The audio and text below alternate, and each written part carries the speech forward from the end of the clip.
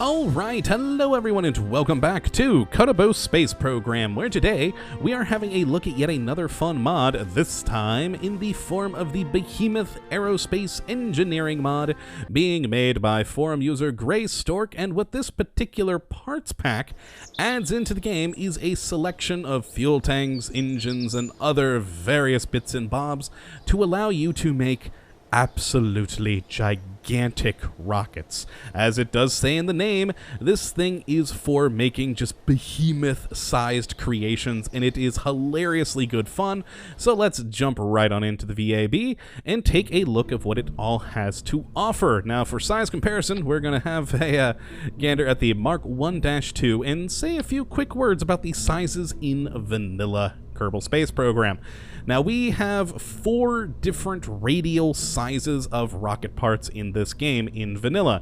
You have the tiny .625, the small 1.25, the sort of, I guess, medium or large-ish 2.5 meter, as this Mark 1-2 is, and then the more recent addition of the 3.75 meter radial tanks and other various parts, and that's where it stops. A very good selection of sizes, but what this parts pack adds in is 3 new ones, and those sizes would be 5 meters, then we have 7.5 meters, and then finally 10 meters.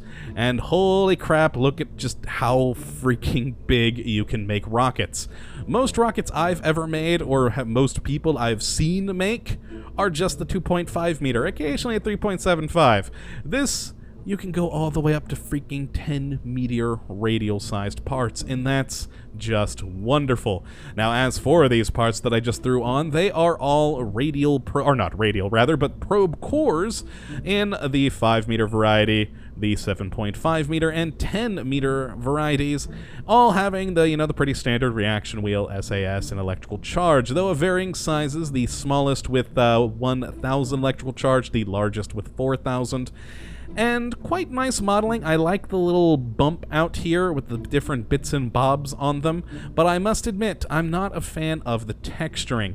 I prefer my mods to be stock alike, and these just aren't quite there. Now, this is still an early release of this mod, so I'm hoping that the textures do get updated to a more stock alike type of texture in the future, but for now, you know what, the models are great and the sizes are just hilarious to actually build with, so I can perfectly well live with this texturing. So after the probe cores, we then move on to fuel tanks, which is where the vast majority of the parts are in this mod, and we're gonna do them all in the 5 meter variety, and then just kind of quickly show a couple of comparisons with the 7.5 and 10 meter, because they're essentially just duplicates made larger. So for the first one that we have here is a fuel tank adapter that's made to go from the 5 meter to the lovely 2.5 meter, and as you can see, the nice little gap in size, oh dear god, just so large, so big, and this adapter, of course, having a nice little bit of liquid fuel and oxidizer.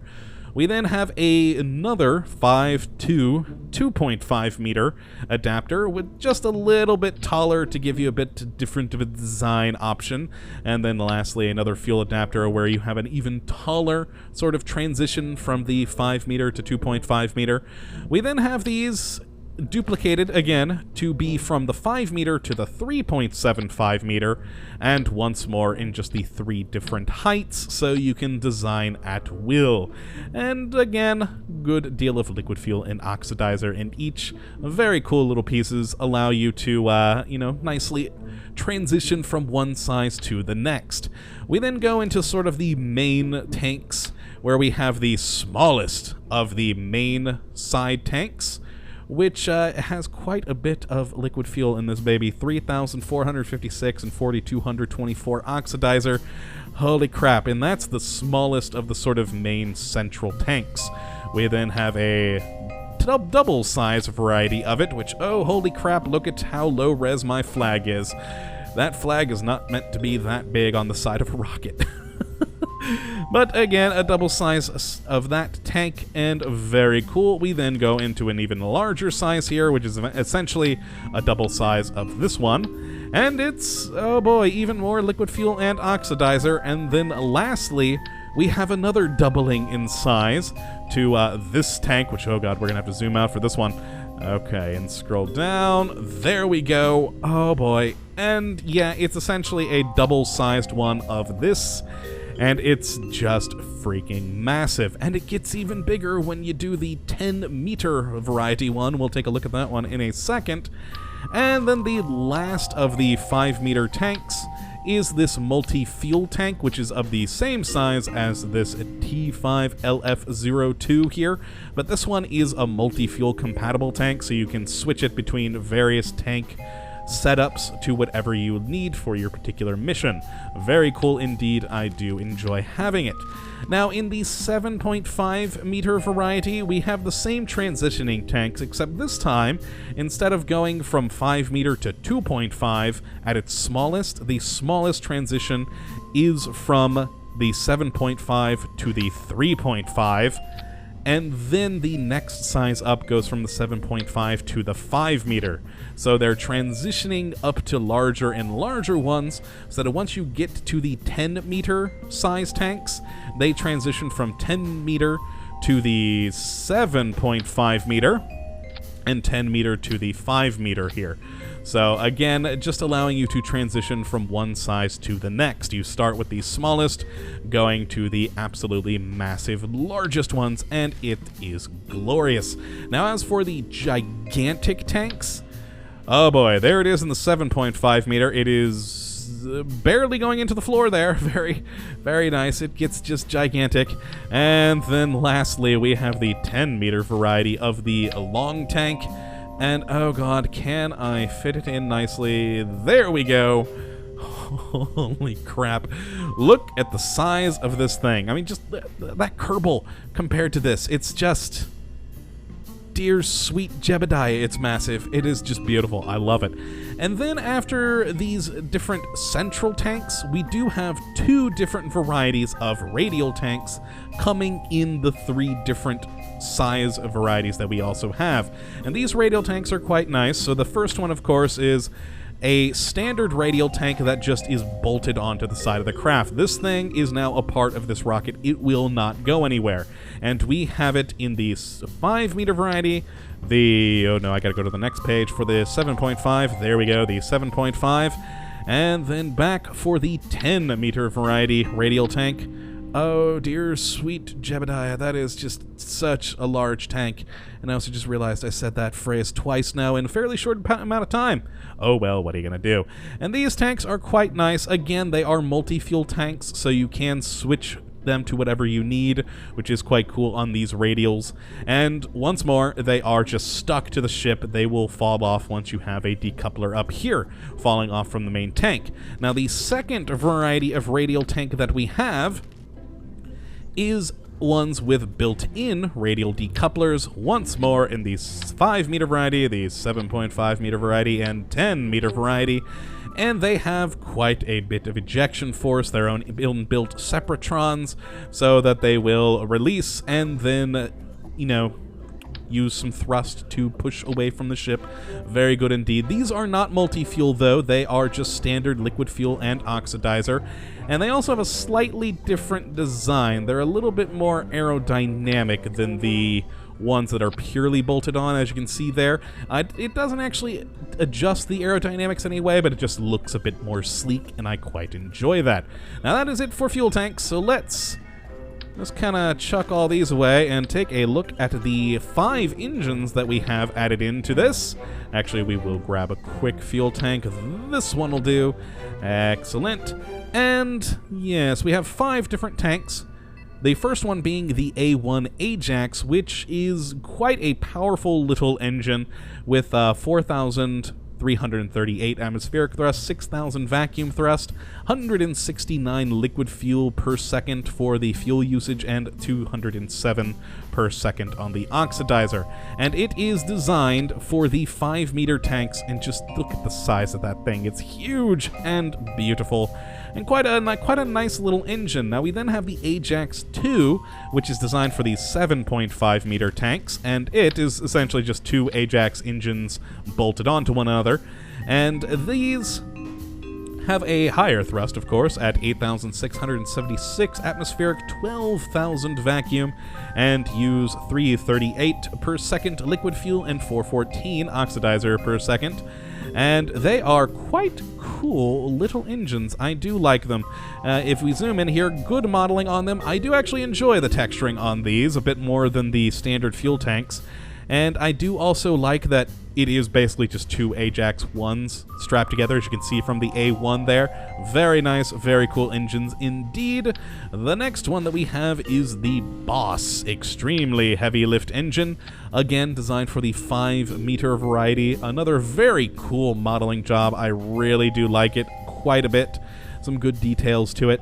And this one, quite a bit of thrust, 4,413 atmospheric, 8,000 vacuum, and it used 253 liquid fuel per second and 309 oxidizer per second. We then have the Boss 2, which, similar to the Ajax 2, is just two of the Boss engines strapped together and designed for the 7.5-meter tanks. And it produces 8,827 atmospheric thrust, 16,000 vacuum thrust, 506 liquid fuel per second, and 618 on the oxidizer for fuel consumption. Oh boy, big engines. And lastly, the only engine designed for the 10-meter size fuel tank is basically 5 Boss tanks, or Boss engines, bolted together. Very, very cool. Very, very powerful. Its thrust is 22,068 atmospheric, 40,000 vacuum, and it equally consumes a massive amount of fuel at 1,265 liquid fuel per second and 1,547 on the oxidizer. It is just insane, but also very, very cool. Now, next in the command and control, we have 3 new reaction wheels for the different size varieties, and I actually think this is my favorite part in this whole pack, purely because of the design. Now, normally on any of the other reaction wheels SAS, it's an inline thing, it's just blah, you put it in between some fuel tanks or something and you're good to go. These are radial, and I love it. So on the 5-meter variety here, nice little reaction wheel, you can see that it just sort of goes on radially there, and it's very cool, very convenient. You don't have to take up a vertical space, you just kind of build out a bit, and you'll notice, well, it only covers about half the tank, and there are these interlocking teeth here that seem like you should have another one of these reaction wheels, and, well, that's kind of the point. You put on the angle snap and symmetry mode, and there we go. The teeth actually do interlock between the two parts when you have it in symmetry mode, and you get an all-around radial SAS, or reaction wheel, rather, and it's beautiful. I really like this design, and it's the interlocking teeth that get me. I love the fact that it has that. It's not just 2 straight lines. It is actual teeth that link together. It is very cool indeed, and it of course comes in the 7.5-meter size and the 10-meter size, which doesn't really fit on this tank here, but very cool. I really love the design of these reaction wheels. By far my favorite part in this whole pack, I believe.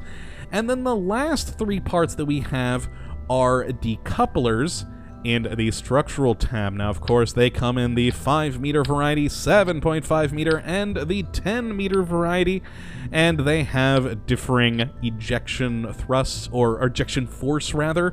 The 5-meter one having 400 ejection force, the 7.5 having 800 ejection force, and the 10-meter having a whopping 1,600 ejection force, and that's a lot compared to, I believe this stack Sepratron has the highest vanilla ejection force at 400, but yeah, this thing definitely needs the 1,600 with just how massive that the 10-meter rockets are. And to give you an idea, I did put together one earlier. We have this lovely Behemoth rocket, as now we have looked through all the parts we have on hand. So now let's actually try to launch something. I have not tested this out in actual launch yet. I've just put it together in the spaceplane hangar, or not the spaceplane hangar, the VAB, that's where we're at. And it goes all the way to the ceiling of the VAB, all the way down to the floor. Holy crap, look at the size compared to these Kerbals down here. It is just massive. I really hope it flies. I haven't tested that yet. And it's quite cool, though. I like the transitions up from the 10 to the 7.5 to the 5 to the 2.5, where we have our standard little cockpit on top there. Very cool indeed. Let's go out to launch and see if it actually takes off. I'm actually a little bit worried about that. I probably should have tested it out, but I was just so flummoxed by the size of this thing, and holy crap, it's bigger than the launch pad. It is spilling over on the sides. That is insane. Oh, jeez, this thing is gigantic. And that's the 2.5 meter capsule on the top. That's not a small capsule, but it looks like the old school 1.25 meter single man capsule up there, with just how big this whole thing is. But hey, let's give it a go, though. Let's see how it flies. Let's turn off the UI for this so we can just see it in all of its glory. And hopefully it lifts off here in 3, 2, 1. It's struggling, but holy crap, it is taking off. It is, in fact, taking off. Slowly but surely, it is beginning to fly. Wow, I am quite impressed by that, actually. And that is a lot of smoke particles on the ground, and just this beautiful roar of these engines down here. Very cool. Heck of a smoke trail on this baby. And very loud. Very, very loud. But wow, that thing, it is flying. Let's turn back on the UI. We are not even going 100 meters per second. Oh, there we go. Now we are. We've used a lot of fuel. I mean, these tanks held a lot of fuel in them, and we've used quite a bit of it already. I don't know if this thing will make it into space, but it may.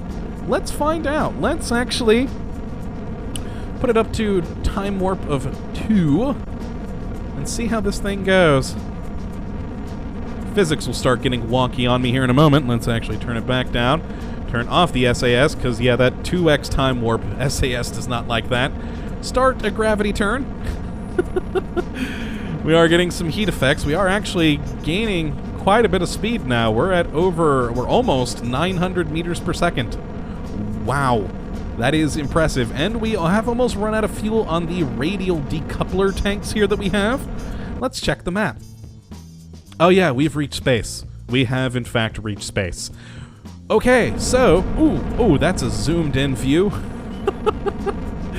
So yes, with these Behemoth tanks, you can in fact reach orbit quite easily, honestly. It only took me oh, there we go, we lost those. Let's turn off the UI for this. I kind of want to see how these things go. 2 of them exploded. But the other 2 fell off quite nicely. I wonder why 2 of them did explode. Intriguing. But hey, the rest of the ship doesn't appear to be damaged. I do like, though, that they left these just huge burnt plates on the side of the craft, though. That is very cool. Let's turn on the UI and check the map. Oh, holy crap, we've almost reached, almost 3 million meters. And it just keeps going. It just keeps going. And we're only at about 1/3 fuel left. That is impressive. So yes, that is the Behemoth Aerospace Engineering mod. I do hope you guys go and check it out if you would like to. The link to download it is in the description as always. And yeah, definitely go give it a try. It is just hilariously good fun. Now, I don't think I'd ever use it for a serious playthrough of the game, simply because the size is kind of ridiculous. But for just screwing around in Kerbal Space Program, oh, it's amazing. I'm going to have a lot of fun just making weird, strange, gigantic spacecraft with these things. It'll be quite entertaining. So yes, do go give it a try, and if you make any crazy concoctions with these huge tanks, I'd love to see it. Tweet me a picture or something. I'd be intrigued to see what you guys make with all of this. And yeah, I hope you have enjoyed the episode today, and of course that you come back for the next. But until then, thank you for watching, my friends, and as always, have a good one. Oh man, we finally ran out of fuel, and holy crap, where's our trajectory? Well, we're leaving, that's for sure. Oh, yeah, we're gone. That is Kerbin Escape. Okay, folks, that has once again been Behemoth Aerospace. Go check it out. It's great fun. Later.